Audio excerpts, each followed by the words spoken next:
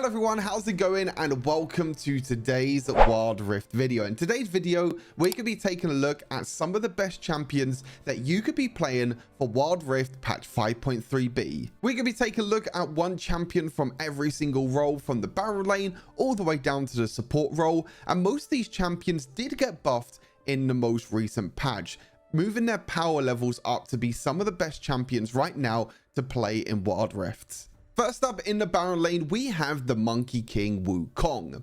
Now, in terms of the Baron lane, there wasn't really many changes in the most recent patch notes, not really any champions getting nerfed or buffed, but Wukong is a champion that I feel like a lot of players are underrating, and is a champion that has been performing extremely well for quite some time.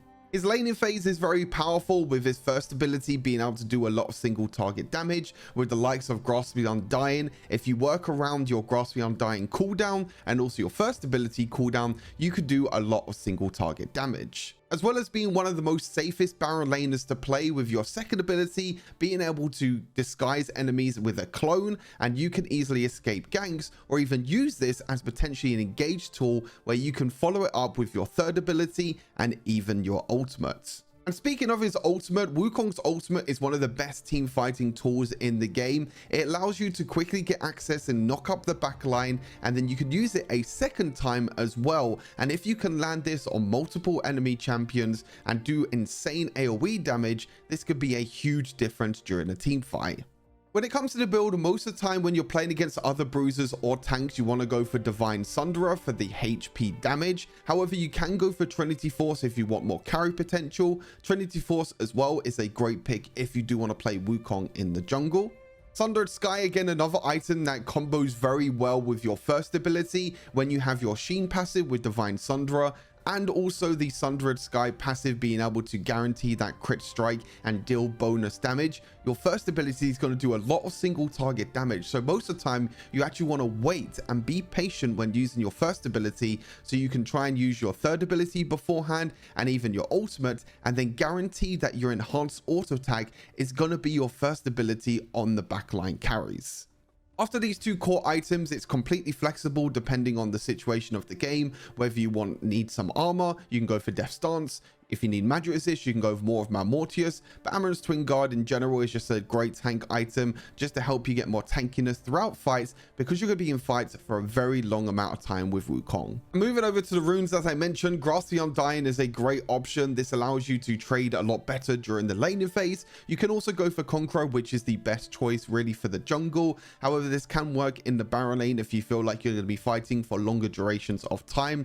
However, Grasp the Undying is a lot better for these quick burst exchanges where you can just auto attack minions, stack up your Grasp the Undying, and then using your first ability to deal that bonus damage. The Resolve tree after that, with the likes of Nullifying Orb, Bone Plating, or Second Wind depending on your matchup, and then Overgrowth as well, giving you the extra HP, with Brutal being our secondary rune for the extra auto attack damage. Moving into the jungle, it's time for the Half Dragon Shyvana to shine. With the buffs that came in patch 5.3b, she's going to be the best and easiest champion that you can play to climb in Wild Rifts, giving you more fury stacks per second, giving you more tankiness with her ultimate and also her base stats, and now with her passive, she now gains more stacks on large monsters. And yes, you might be thinking the patch notes said epic monsters, so what are you talking about? But Riot actually made a little mistake with the patch notes. Instead of it being epic monsters, Shyvana now gains 10 stacks for every large monster that she kills. With epic monsters, you get way more stacks in general, so it didn't really make sense.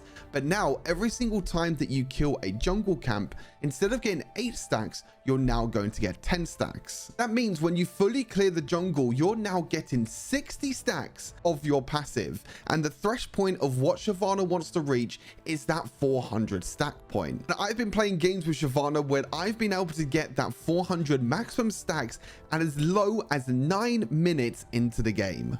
Now, most of the time, this does mean that Shyvana is going to be a little bit AFK during the early game because she wants to farm up her jungle camps, the scuttle crabs. She can gank when she has her ultimate available, which is maybe not too often during the early game. But when the late game comes on through, when you farm a few levels, when you get 400 stacks, and when you get 3 points into your ultimate, you really see a huge difference with the fury that you're able to gain throughout the game.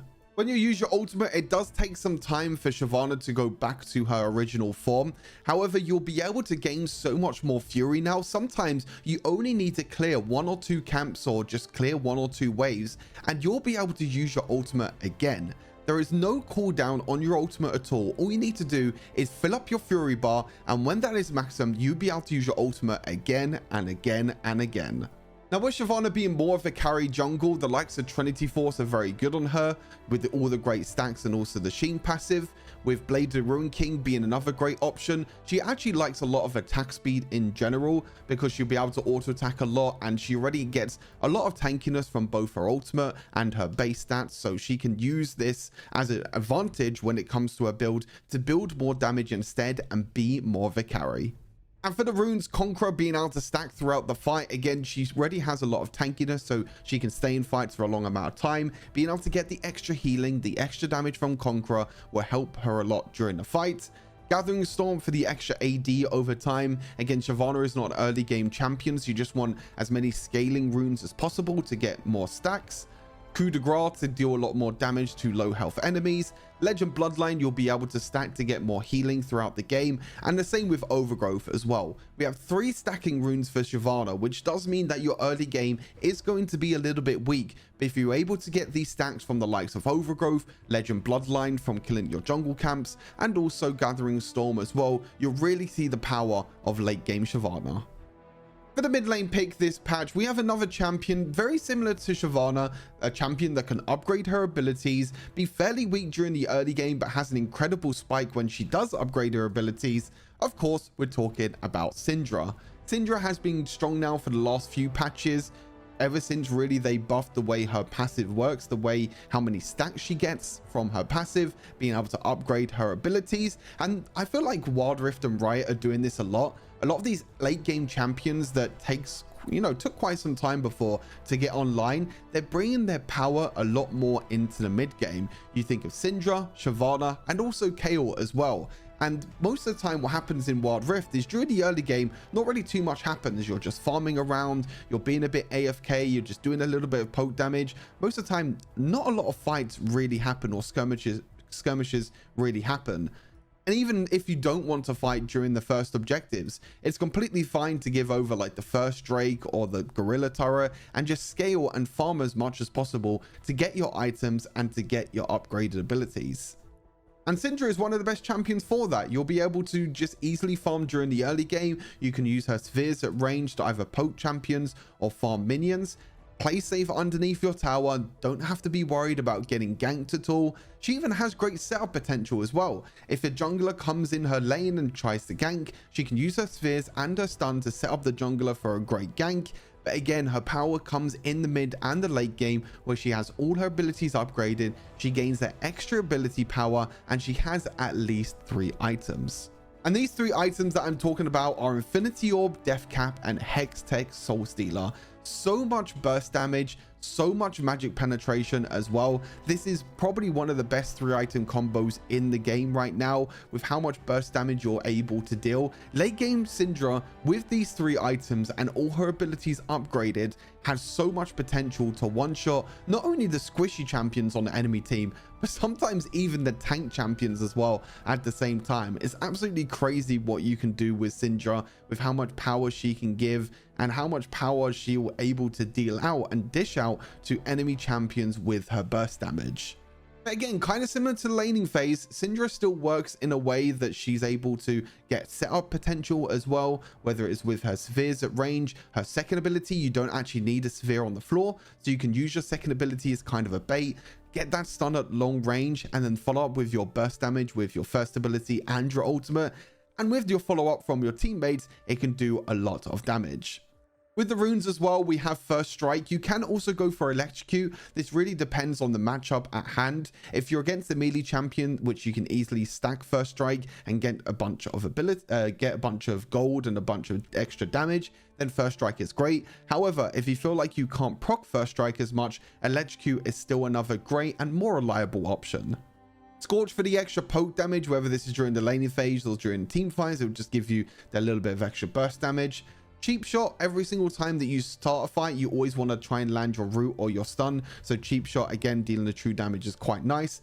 Eyeball Collector for the extra AP over time when you're getting takedowns. And Transcendence as our secondary rune, just to get the extra cooldown and the extra stacking potential from our first ability and all our other abilities. And now we get to the real business end of this video. Lucian has been one of the weakest ADCs for quite some time because of his low range and because of his low burst damage, but now they've moved the passive and the second ability over from PC League into Wild Rift. This has made this champion completely out of control. Not only that, but now he gains more armor and magic resist per level as well, so you actually have a lot more safety net when trying to dash in and trying to use all your damage to burst down enemy champions. So what actually did change with his passive? Well, he still has his original passive where he can still double auto attack every single time he uses the ability, but now when he receives a healing or shielding effect by an allied champion, or when nearby enemy champions are immobilized, Lucian next to auto attacks also deal additional magic damage. And you might be thinking additional magic damage is maybe not that crazy, but this scales with your total attack damage. So the more attack damage that you're going to be getting, the more damage you're going to be dealing with this new passive.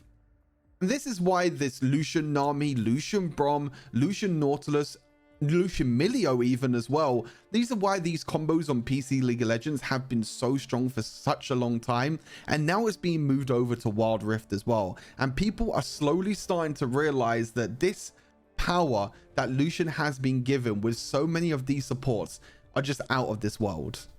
And the second ability got slightly changed, where if allies do trigger the mark as well, you also gain a stack of Lucian's new passive. So again, it's just another way of being able to stack Lucian's new passive, deal that extra bit of bonus damage. And this is really what we needed from Lucian, the burst damage to really make him come online. And of course, when it comes to the build as well, we're going to be building as much attack damage as possible. I still don't think it's beneficial to go for a full attack damage build. I think Magnetic Blaster is still an incredibly strong item, giving Lucian that extra attack range, which allows him to dash in and auto attack from quite some distance. And again, this will still be dealing the bonus damage as well from Magnetic Blaster, and also your passive if you get a healing or shielding effect, which is going to be incredibly powerful. But Bloodthirster is still in there for the incredible attack damage and also the sustain. Infinity Edge, again, going to combo very well with the amount of attack damage and crit that you're able to deal. And also Mortal Reminder for the armor penetration that we need throughout the game.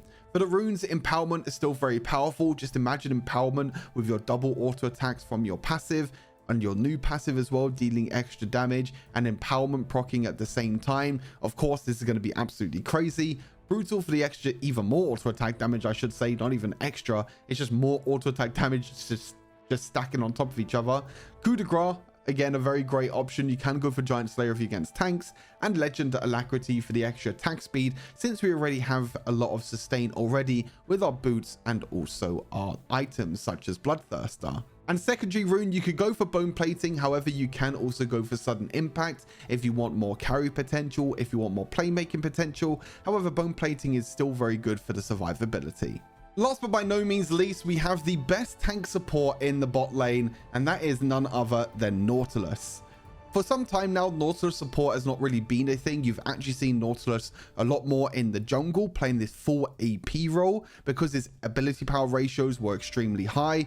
His base damage were also extremely high, and also you have the crowd control on top of it as well, so he had easy access to so much damage. But now what they've done in the most recent patch is they've lowered the ability power ratio, but they've increased the base damage, making it stronger to play Nautilus supports. And because you're going for a more tankier build with Nautilus support, you also get more percent health shield now on your second ability, so it scales more with how much HP you're building. And also the base attack damage went up as well. So again, this is just easier for earlier trades when it comes to the bot lane, but also when it comes to team fights as well, you can do a little bit more damage.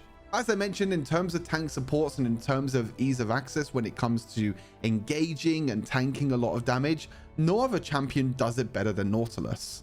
Your ultimate is a point and click or a point and touch CC, whatever you want to call it. You can then follow up with your first ability, your auto attacks, then you have your slow with your third ability as well. There are just so many ways that you can lock down a target for such a long amount of time.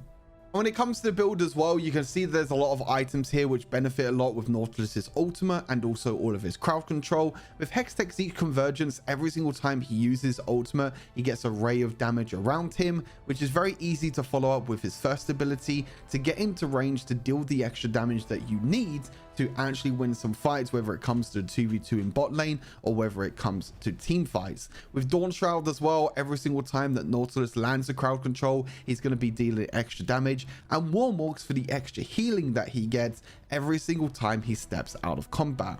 And for the runes, Glacial Augment, again, synergizes really well with Nautilus's crowd control. Every single time he lands a crowd control effect, he sends out these ray of slows, which also reduces the damage of enemy champions. Courage of Colossus, gaining a shield when he lands crowd control. Bone Plating or Second Wind, depending on what situation you have in the game, to give him a bit more survivability. Overgrowth for the extra health, and Hextech Flash Traption. This means that you'll be able to use the Hex Flash when it comes to sitting in bushes or going for plays. It helps you a lot when you want to try and close the gap towards enemy champions. You can use Hextech Flash Traption to get close enough to use your auto attack, and then when you auto attack, you can chain the CC together so well. You auto attack into using your ultimate and then your first ability afterwards. You can deal so much damage with the Zeke's Convergence, but also just means that the enemy champions are going to be standing still and stuck for such a long amount of time.